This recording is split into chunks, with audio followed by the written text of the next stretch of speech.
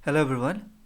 आजको भिडियोमा हामी रोटेसनल डाइनामिक्सबाट केही एमसिक्युज र एउटा न्युमेरिकल प्रब्लमलाई सल्भ गर्नेछौँ। सुरु गरौँ पहिलो नम्बरकै क्वेसनबाट। The moment of inertia of a body does not depend on the mass of a body, the angular velocity of the body, the axis of rotation of the body, the distribution of the mass in the body. हामीले moment of इनर्सियाको बारेमा धेरै discuss पनि गरिसकेका छौँ र हामीलाई थाहा छ मोमेन्ट अफ इनर्सियाको फर्मुला के हुन्छ for discrete distribution of mass, for continuous distribution of mass, होइन? त्यो रिलेसनहरू हेर्दै गर्दाखेरि we all know that the moment of inertia of a body does not depend on the angular velocity of the body. It depends on the mass on the body, it is obvious. Axis of rotation of the body, कहाँ axis छ र त्यो एक्सिसदेखि कति टाढा छ मास, त्योसँग depend गर्छ। That is the distribution of the mass in the body. यी सबै कुरामा डिपेन्ड गर्छ, तर the angular velocity of the बडीसँग डिपेन्ड गर्दैन। अर्को हेरौँ। Two particles of masses m1 and m2 are connected by rigid massless rod of length r. मैले दुईवटा पार्टिकललाई बनाइहाल्छु ल सुरुमा, अनि अरू क्वेसन पढौँला। Of masses m1 and m2 are connected by rigid massless rod of length are to constitute a dumbbell. Dumbbell जस्तै भयो नि, तपाईँले जिम गर्दाखेरि त्यो उठाउने weight. Dumbbell which is free to move in the plane. The moment of inertia of the dumbbell about an axis perpendicular to the plane passing to the centre of मास।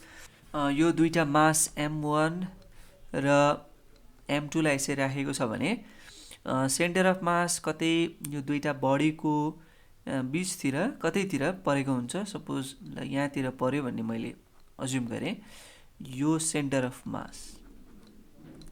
अब यसको के भनेको छ, यो डम्बेलको moment of inertia about an axis perpendicular to the plane, यो dumbbell भएको प्लेनको perpendicular and passing to the centre of mass.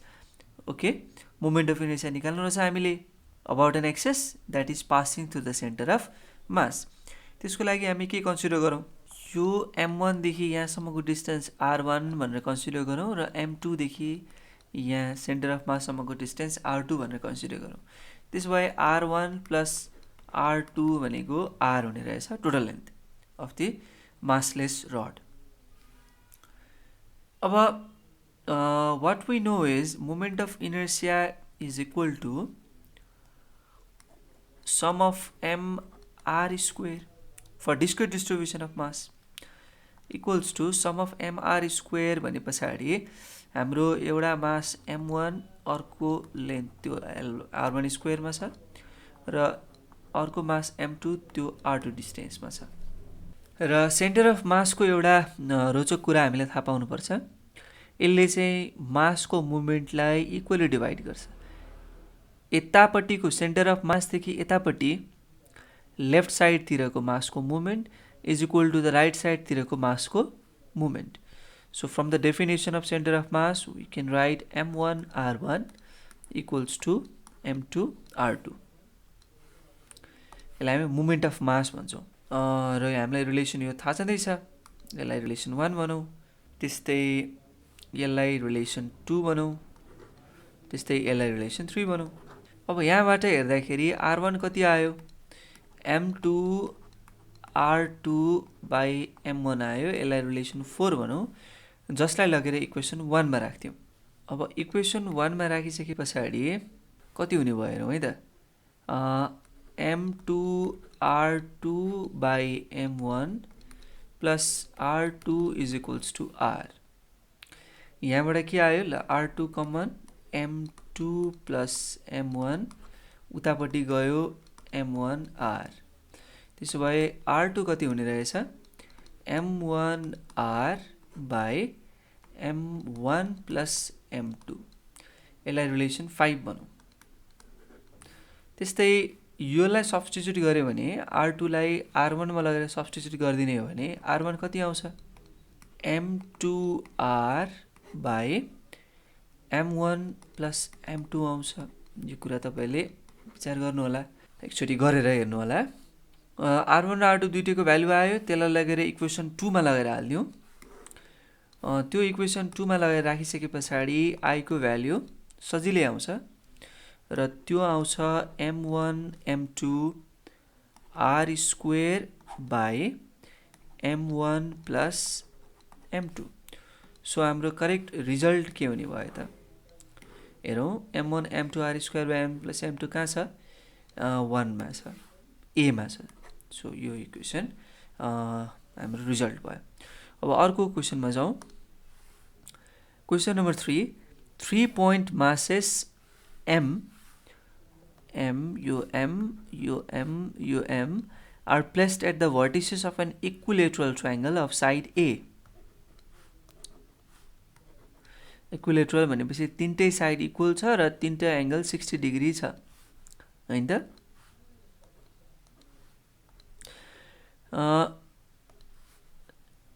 moment of inertia of the system if भएछ यहाँ of the system about an axis COD passing through a mass m at O lying in the plane AOB जुन plain मा छ that means यो screen मा छ भने यो COD पनि त्यही स्क्रिन मा छ त्यही प्लेन मा छ भनेर भनेको छ and perpendicular to OA सँग त perpendicular जस्तो स्क्रिन केही जस्तो यो OA स्क्रिनमै छ हैन त भनेपछि यो COD पनि स्क्रिनमै छ यहाँबाट के देखियो OA सँग यो परपेन्डिकुलर भएको देखियो COD isn't it सो यसरी हामीले मोमेन्ट अफ इनर्शिया यो पुरै सिस्टमको moment of inertia about an axis कुन COD passing through the mass जुन COD चाहिँ मास m बाट पास भएको छ which is at O and lying in the plane of AOB कै प्लेनमा छ एन्ड परपेन्डिकुलर टु OA हो यस्तो कन्डिसनमा हामीले moment of inertia find out गर्नुपर्ने अब मोमेन्ट अफ इनर्शिया हामीलाई थाहा छ I भनेको सम अफ mr स्क्वायर हो m त सबैको बराबर छ यो r डिफरेन्ट छ कहाँदेखि r भनेको के हो r भनेको यो COD भन्ने एक्सिस देखि यो मासहरुको डिस्टेन्स हो जस्तो यो O त COD मै छ भनेपछि यो 0 डिस्टेन्समा छ यो a डिस्टेन्समा छ यो b चाहिँ कति डिस्टेन्समा छ त हेरौँ त b कति डिस्टेन्समा रहेछ यो एउटा 90 डिग्री राइट एंगल पर्यो भनेपछि यो कति भयो त यो a cos 60 डिग्री भयो यति a cos 60 डिग्री भयो भने यो पनि a cos 60 डिग्री भयो अपोजिट साइड इक्वल छ यो देख्दैखेरि थाहा हुन्छ हामीलाई भने अब हामी के गर्छौं हामी सुरुको यो पहिलो मासलाई हेर्छौं पहिलो मासलाई हेर्दाखेरि त्यो 0 छ मास 0 छैन डिस्टेन्स 0 छ from the axis of rotation so plus 0 plus अब यो हामी दोस्रो मासलाई हेरौं OA डिस्टेन्समा भएको दैट मीन्स A डिस्टेन्समा भएको त्यसको लागि मास के छ मास अफ A के छ m नै छ डिस्टेन्स कति छ A छ प्लस अब हामी यो B मा हेरौं मास कति छ m छ डिस्टेन्स कति छ A cos 60 डिग्री छ त्यसको whole square that is ma square plus ma square cos 60 degree भने कति हो 1/2 1/2 को स्क्वायर 1/4 सो कति हुने भयो 4 plus 1 ले 5 ma square by 4 this is our result so C हाम्रो रिजल्ट भयो अब अर्को हेरौं an electric fan has blades of length 30 cm as measured from the axis of rotation कहाँ हुन्छ fan को हामीलाई थाहा छ at the center जसको about मा पुरै plane को blade हरु घुमिरा हुन्छ if the far end is rotating at 1200 revolution per minute the acceleration of the point on the tip of a blade is about भनेर सोधेको छ ओके यसो गरौँ यहाँनिर एउटा fan बनाऊ है त fan को मैले एउटा ब्लेड बनाए र मैले एक्सिस अफ रोटेसन पनि बनाइदिउँ है यो एक्सिस अफ रोटेसन भयो यो टिप अफ अ ब्लेड यो axis of rotation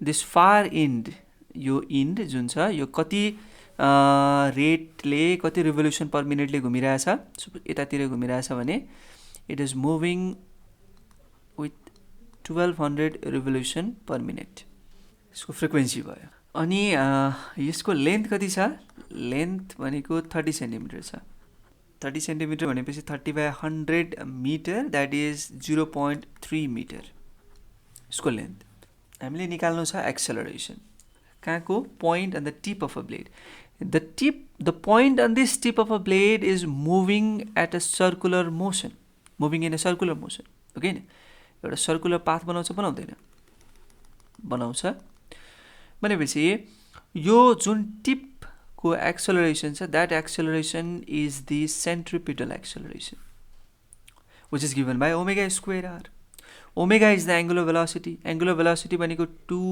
pi times frequency square into R भनेको त यो एल नै आर हो जुन लेन्थ भयो त्यो नै आर भयो किनभने एक्सिस अफ रोटेसनदेखि कति टाढा टिप यसको लेन्थ जति छ त्यति नै टाढा फारिन हेरिरहेको छौँ नि त हामीले त्यही भएर यसलाई आर लेख्न पाइयो आर भनेको 0.3 रहेछ सो 2 पाई इन्टु एफ भनेको 1200 रिभोल्युसन पर मिनट भनेको छ यसलाई केमा लगाउँ पर सेकेन्डमा लगाउँ 60 ले डिवाइड गरियो इन्टु 0.3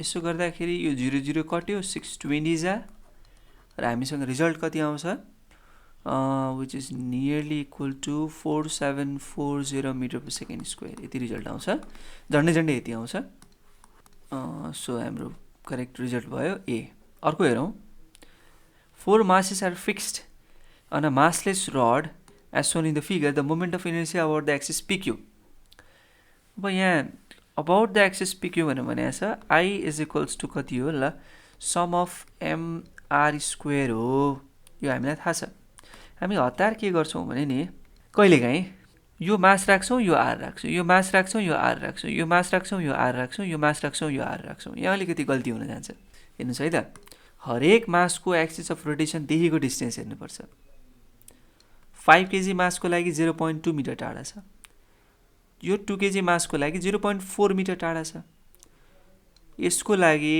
0.2 मिटर यो 2 kg मासको लागि 0.4 मिटर यो 0.4 मिटर टाढा यो 0.2 मिटर टाढा 0.4 मिटर टाढा 0.2 मिटर टाढा हैन त यो अब यति हामीले थाहा भइसके पछाडी अब चाहिँ यो रिलेसन लाउँदाखेरि सजिलै आउँछ यी देखि स्टार्ट गरौँ ल 5 इन्टु 0.2 को स्क्वायर प्लस 2 इन्टु 0.4 को स्क्वायर प्लस यो 5 इन्टु 0.2 को स्क्वायर किनभने एक्सिस अफ रोटेसन देखि 0.2 मिटर टाढा छ मासको डिस्ट्रिब्युसनले फरक पार्छ मोमेन्ट अफ इनर्शियालाई यहीँबाट थाहा हुन्छ अनि 2 इन्टु 0.4 को स्क्वायर यति गरे पछाडी हाम्रो रिजल्ट कति आउँछ 1.04 केजी मिटर स्क्वायर त तपाईको मासको केजी डिस्टेन्सको मिटर त्यसको square metre square so KG metre square 1.04 KG metre square हाम्रो आन्सर भयो बी अर्को हेरौँ A wheel with an initial angular velocity omega naught reaches an angular velocity of 5 omega naught while it turns through an angle of 6 radian per second. Its uniform angular acceleration alpha is भने so हामीलाई initial angular velocity थाहा छ final angular velocity थाहा छ कति एंगलले चाहिँ यो घुमेको छ हरेक सेकेन्डमा पर सेकेन्ड लेखेछु सरी मिस्टेक भयो पर सेकेन्ड होइन यहाँ कति एंगलले यो टर्न भएको छ भेलोसिटी यसरी चेन्ज हुँदाखेरि theta is equals to 6 radian कुनै व्हील चाहिँ 6 रेडियन एंगलले चाहिँ रोटेट अथवा टर्न हुँदाखेरि उसको भेलोसिटी 5 टाइम्सले बढेको रहेछ हामीलाई थाहा पाउनु छ उसको uniform angular velocity sorry acceleration alpha अब यो तीनटै कुरालाई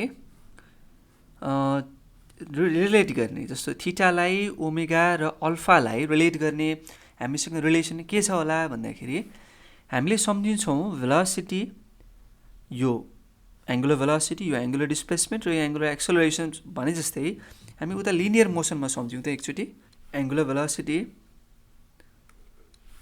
डिस्प्लेसमेन्ट सरी एंगुलर भेलोसिटी भनेपछि लिनियर भेलोसिटी लिनियर डिस्प्लेसमेन्ट र एक्सेलरेसन बीचको रिलेसन के थियो होला भन्दा v² = u² + 2as हाम्रो दिमागमा ट्याक्क आइहाल्छ। त्यसै गरी यहाँ पनि त लेख्न पाइयो, v को ठाउँमा के लेख्नु पर्यो, ओमेगा 2, किनभने फाइनल एङ्गुलर भेलोसिटी, u को ठाउँमा initial angular velocity plus 2 alpha theta. Omega 2 कति छ, 5 ओमेगा नट, त्यसको स्क्वायर भयो, ओमेगा नटको स्क्वायर भयो 2 अल्फा इन्टु 6, यो भनेको 25 ओमेगा नटको स्क्वायर इक्वल्स टु ओमेगा नटको स्क्वायर प्लस 2 6 12 अल्फा।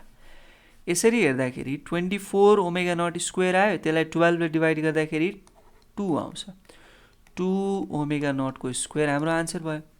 र यहाँ मैले युनिट छुटाएँ, रेडियन पर सेकेन्डको स्क्वायर।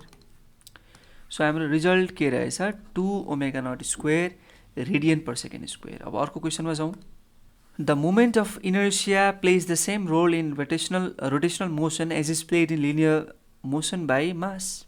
यो कुरा त हामीले मोमेन्ट अफ इनर्सियालाई सुरुमा मैले एक्सप्लेन गर्दैखेरि भनिसकेको छु। अर्को हेरौँ, a close cylindrical tube containing some water not filling the entire tube lies in a horizontal plane. If the tube is rotated about a perpendicular bisector, the moment of inertia of water about the axis. एउटा tube छ, cylindrical tube, अनि यो ट्युबमा चाहिँ के छ अरे, पानी छ, पुरै फिल भएको छैन। यो ट्युबलाई हामीले के गर्नु छ, क्लोज छ है, यो दुवैतिर बन्द छ। यो ट्युबलाई हामीले रोटेट गर्नु छ अबाउट अ परपेन्डिकुलर बाइसेक्टर हो, यसरी राखौँ।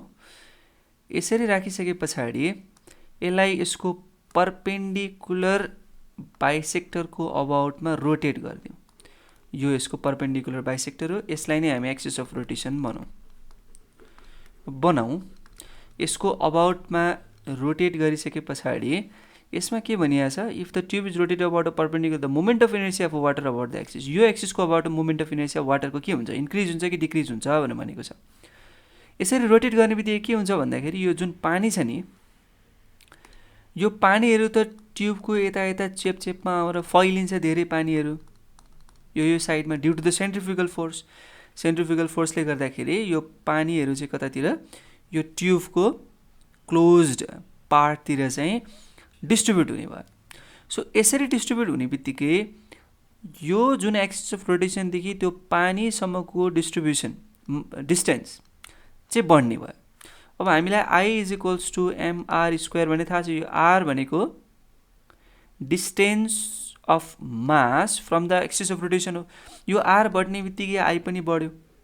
सो यो केसमा के हुँदो रहेछ, moment of inertia of water about the axis बढ्ने रहेछ, घट्ने रहेछ, पक्कै पनि बढ्दो रहेछ। किन बढ्दो रहेछ, किनभने ती वाटरहरू टाढा टाढा डिस्ट्रिब्युट भयो from the axis of rotation. किन टाढा टाढा डिस्ट्रिब्युट भयो, due to the centrifugal force experienced by them. किन सेन्ट्रिफ्युगल फोर्स, किनभने हामीले यसलाई घुमायौँ। ओके, सो अर्को हेरौँ अब, last question. Figure shows a slender uniform rod with mass m and length l. Do the integration required to find the moment of inertia. Moment of inertia निकाल्ने तरिका हामीले त बुझिसकेका छ। Moment of inertia of this rod about this moment of inertia of this rod about this axis कति हुन्छ भनेर पत्ता लगाउनु छ। त्यो मोमेन्ट अफ इनर्सिया निकाल्नका लागि हामी के गर्छौँ, हामीले अघिल्लो भिडियोमा त एउटा डेडिकेटेड भिडियो नै बनाएको छौँ, moment of inertia of uniform रडलाई कसरी क्यालकुलेट गर्ने भनेर। त्यहीँबाट तपाईँलाई थाहा भइसक्यो होला हामी कसरी निकाल्छौँ भनेर। यसमा अलिकति थोरै फरक छ, त्यहाँ हामीले बिचमा राख्यौँ अनि पछाडि इन्डमा राख्यौँ, तर यहाँ सर्टेन डिस्टेन्समा राखेको छ मास एलिमेन्टदेखि। त्यो चाहिँ हामीलाई तोकेर दिएको छ, त्यहाँ चाहिँ हामीले आफै गर्न सकिन्थ्यो। यहाँ चाहिँ हाम्रो क्वेसन अनुसार गर्नु पर्यो। सो हामीले इन्टिग्रेसन गर्नु छ to find the moment of inertia. किन इन्टिग्रेसन गर्नु छ त्यहाँ कुरा गरिसकेको छु मैले, किनभने कन्टिन्युअस डिस्ट्रिब्युसन अफ मास भएको कारणले गर्दा। हामी कहाँदेखि कहाँसम्म इन्टिग्रेसन गर्छौँ, हामी यो इन्डदेखि यो इन्डसम्म इन्टिग्रेट गर्छौँ to find the moment of inertia of this whole rod about this axis. So यो इन्डदेखि यो इन्डसम्म गर्नका लागि हामी के गर्छौँ, एक्सिसदेखि यो इन्डको डिस्टेन्स हेर्छौँ र एक्सिसदेखि यो इन्डको डिस्टेन्स हेर्छौँ र यो इन्डदेखि यो इन्डसम्म इन्टिग्रेट गर्छौँ। त्यही हिसाबले एक्सिसदेखि यो लेफ्ट इन्डसम्मको डिस्टेन्स कति छ, h। हामीले यसलाई एक्स एक्सिस मान्ने हो भने यो एक्स भनेर लेखेको छ नि होइन, यसलाई एक्स एक्सिस मान्दाखेरि यो एक्सिसलाई ओरिजिन मान्दाखेरि यो ओरिजिनदेखि यतापट्टिकोलाई हामीले के भन्नु पर्यो, negative x axis. So minus h देखि हामी कहाँसम्म हेर्दैछौँ, l माइनस h पोजिटिभ। र के गर्नु पर्यो हामीले यहाँ x² dm, किन mr² लेखे जस्तै यो dm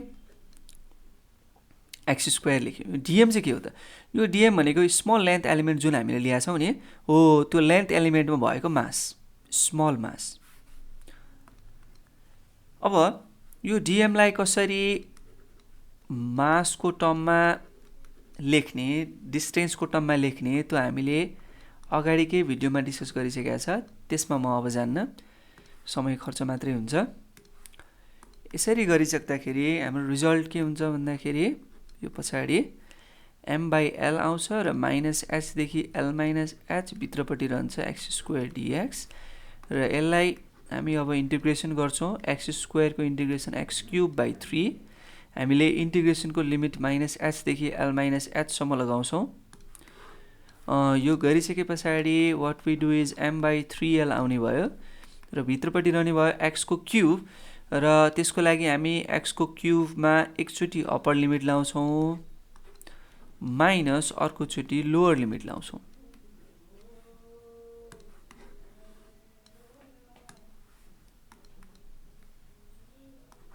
m/3l भयो l - h को whole cube minus minus plus h को क्यूब।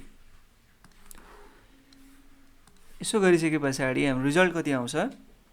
थप भन्दा m/3l, हामी यसलाई a भनौं र यसलाई b भनौं। a³ + b³ को फर्मुला लगाउँ। अब a + b, a को square minus ab plus b को स्क्वायर। यति गरिसके पछाडि यो h र यो h कट्यो, m/3 मात्रै बाँकी रह्यो, l पनि कट्यो।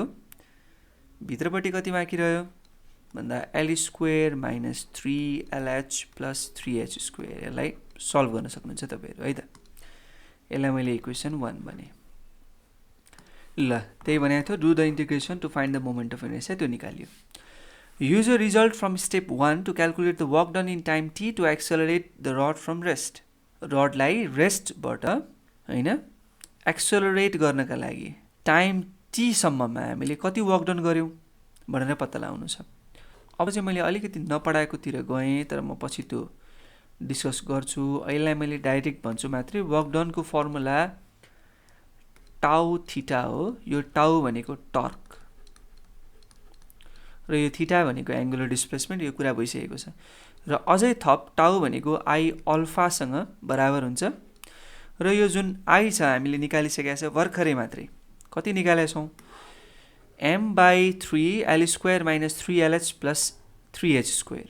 त्यो लगाएर यहाँ राखौं। m/3 l² - 3lh + 3h² into alpha जस्ताको तस्तै थीटा भनेको के हो त? जसरी हाम्रो s = ut + हाफ at² थियो, त्यसैगरी theta = ω0t + half alpha t² हुन्छ। यहाँ रड इनिशियली रेस्टमा थियो, सो ω0 0 भयो। थीटा भनेको हाफ अल्फा t² सँग बराबर भयो। m/6 l² - 3lh + 3h² alpha square t² हाम्रो रिजल्ट आयो वर्क डन को। ओके, सो अब अर्को क्वेशनले के भनेको छ हेरौं। At time t what is the linear acceleration of the point on the rod farthest from the axis? जस्तो यहाँनिर पोइन्ट, किनभने यो पोइन्टलाई किन मैले लिए भन्दाखेरि एक्सिस देखि सबैभन्दा फार्देस्ट डिस्टेन्समा भएको पोइन्ट भनेको यही हो। सो यो पोइन्टको लिनियर एक्सेलरेसन कति छ कुनै समय t मा भनेर क्वेशनले सोधेको छ। हामीलाई एउटा कुरा के थाहा छ भने नि, यो point is moving in a circle, isn't it, of a radius l - h, किन एक्सिस देखि यसको डिस्टेन्स कति छ? l - h छ। अब योसँग एक्सेलरेसन कुन छ?